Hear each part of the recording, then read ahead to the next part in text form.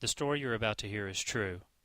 Although various actors have been cast to retell the story, the life of Daniel is actually recorded in the biblical book that bears his name. It all began during a dark time in the history of God's people. The captivity had just begun. In the 3rd year of the reign of Jehoiakim, king of Judah, Nebuchadnezzar, king of Babylon, came to Jerusalem and besieged it.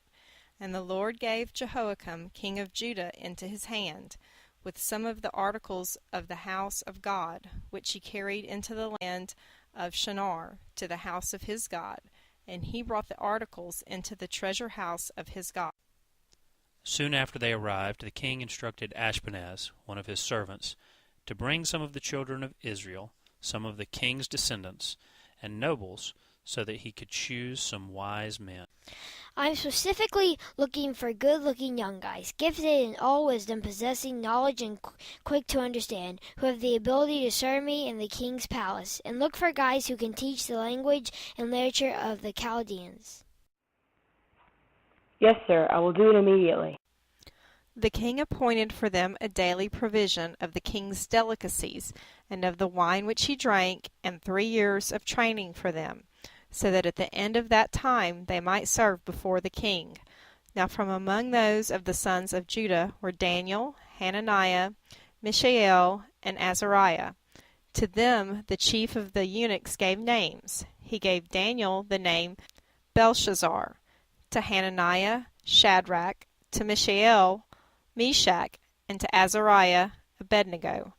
But Daniel purposed in his heart that he would not defile himself with a portion of the king's delicacies, nor with the wine which he drank. Therefore he requested of the chief of the eunuchs that he might not defile himself. I know that you have my favor, but I fear my lord the king, who has appointed your food and drink. For why should he see your faces, looking worse than the young men who are your age? Then you would endanger my head. So Daniel said to the steward, Please test your servants for 10 days, and let them give us vegetables to eat and water to drink. Then examine us and the young men who eat the portion of the king's delicacies, and as you see fit, deal with us then. So Ashpenaz tested them for 10 days, and at the end of 10 days they were stronger and healthier than the others. Then he removed their portion of delicacies and the wine that they were to drink, and gave them vegetables. It was also during this time that they realized God had given these 4 young men knowledge and skill in all literature and wisdom, and Daniel the ability to understand visions and dreams. The king talked with them, and he found none equal to Daniel, Hananiah, Mishael, and Azariah. So they entered the king's service. In every matter of wisdom and understanding about which the king questioned them, he found them 10 times better than all the magicians and enchanters in his whole kingdom. Things looked pretty good for Daniel and his friends, but times change. And the so-called wise men and magicians who wanted to serve the king became bitter and angry. They began to look for ways to trick our 4 young heroes of the faith. They didn't let it bother them. In fact, Daniel was a servant to several kings in his lifetime. During the 2nd year that Nebuchadnezzar was king, he had some strange dreams. He called for his wise men and sorcerers. I had a dream, and my spirit is anxious to know what the dream means. Can you explain it to me? Fantabulous, my king! Oh, please, just tell me the dream, king, and I shall tell you what it means. No man on earth could do this, only the gods in heaven. Then I will destroy every magician, astrologer, and so-called wise man in the kingdom. Daniel heard about the king's anger. So he went to a man named Arioch, the captain of the guard, and asked if he could get an audience with the king. While the guards thought it over, he went to tell Shadrach, Meshach, and Abednego, so that they could be praying for the visit to the king. And that night, God gave Daniel a vision. Blessed be the name of God forever and ever, for wisdom and might are his. And he changes the times and the seasons. He removes kings and raises up kings. He gives wisdom to the wise and knowledge to those who have understanding. He reveals deep and secret things. He knows what is in the darkness, and light dwells with him. I thank you and praise you, O God of my fathers. You have given me wisdom and might. So Daniel rushed off to give the message to King Nebuchadnezzar. This time Arioch allowed him to enter the king's room. Daniel, are you sure you can tell me the dream which I have seen and its interpretation? Of course, wise men, astrologers, magicians, and soothsayers will never be able to tell you, my king, but there is a God in heaven who reveals secrets. Let me tell you what the one true God has told me. You looked, O king, and there before you stood a large statue, an enormous, dazzling statue, awesome in appearance. Daniel went on to tell the king that his dream symbolized 4 great earthly kingdoms. The first part of this image was a head of gold. When the Jews went into the Babylonian captivity, Nebuchadnezzar broadened the gates of his kingdom, and this lasted from 626 to 536 BC. But eventually the Babylonians were defeated by the Medo-Persian Empire, which was represented by a chest and arms of silver. They reigned from 536 to 332 BC. Then came the Greeks, represented by a belly and thighs of brass, and they reigned from 332 to 63 BC. Finally, the statue in Nebuchadnezzar's dream also had legs of iron and feet with a mix of iron and clay. This last great empire represented the Roman Empire, who ruled the known world for about 500 years. Nebuchadnezzar was amazed. But Daniel was not done. Something amazing would happen when the Romans ruled the world.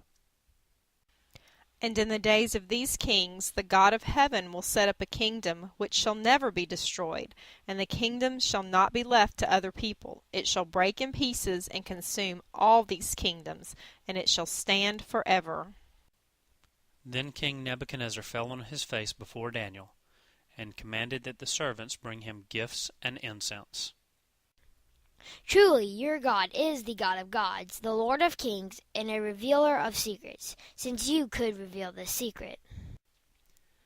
Then the king promoted Daniel, and gave him many great gifts, and made him the ruler over the whole province of Babylon, and chief administrator over all the wise men of Babylon. Daniel then promoted his friends, Shadrach, Meshach, and Abednego, to be over the affairs of the whole province of Babylon. Again, things seemed really good.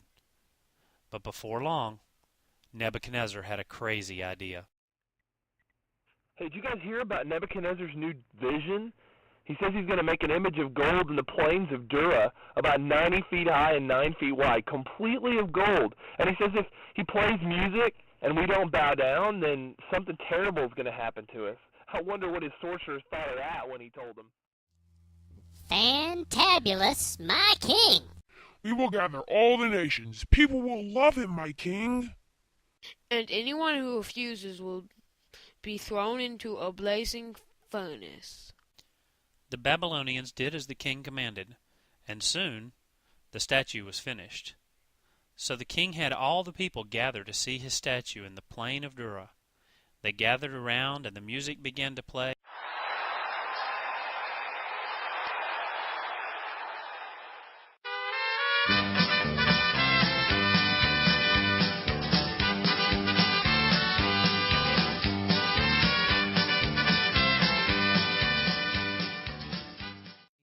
But 3 young men refused to bow down: Shadrach, Meshach, and Abednego, Daniel's friends.